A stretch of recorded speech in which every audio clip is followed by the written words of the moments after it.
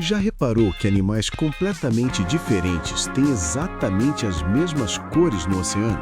Orcas, tubarões, pinguins, arraias e focas compartilham o mesmo padrão.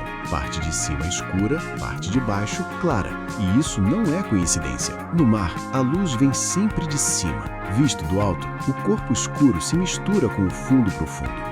Visto de baixo, a parte clara se confunde com a claridade da superfície. Esse contraste ajuda a caçar, se esconder e sobreviver.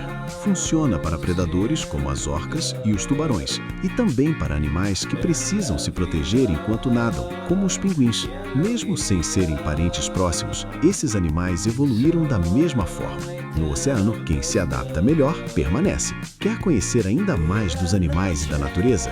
Vem com a Maremar.